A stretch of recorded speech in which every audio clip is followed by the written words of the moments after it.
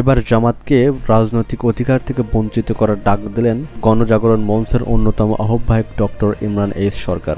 গত ২৭ সেপ্টেম্বর তিনি তার ভেরিফাইড ফেসবুক পেজে একটা পোস্ট করেন, যেখানে আরটিভির একটি প্রতিবেদন শেয়ার করে তিনি লেখেন, হঠাৎ লোকটি সত্যি কথা বলা শুরু করলো, শাহবাগী হয়ে গেল নাকি? আমরা তো এই কথাগুলো এতদিন ধরে বলে আসছি, গণহত্যাকারীদের রাজনৈতিক অধিকার নেই, ৩০ লক্ষ মানুষের খুনি আলবদর বাংলাদেশের রাজনীতি করার কোনো অধিকার নেই।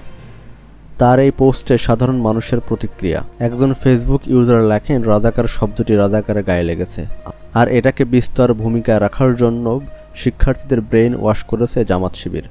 বাদলকান্দি দেব নামক এক ফেসবুক ইউজার লেখেন, আমরাও এটা বলি, ৩০ লক্ষ শহীদের রক্তের বিনিময়ে অর্জিত স্বাধীন বাংলাদেশে গণহত্যার নেতৃত্ব দেওয়ার রাজনীতি করার কোনো অধিকার থাকতে পারে না। বাক স্বাধীনতা নামক এক ফেসবুক ইউজার লেখেন, পরিস্থিতি ঘোলাটে করিয়া ছাত্রদের লাশের উপরে ভর করে স্বাধীনতা যুদ্ধের বিরোধী দল জামাত বিএনপির হাত ধরে ক্ষমতার স্বাদ পেতে চায়। পরিকল্পিত এই আন্দোলন ছাত্র জনতা বুঝতে পারেনি। এসব হত্যার দায় বিএনপি জামাতকেই নিতে হবে। দর্শক, এই ব্যাপারে আপনার কি মতামত তা জানান কমেন্ট বক্সে।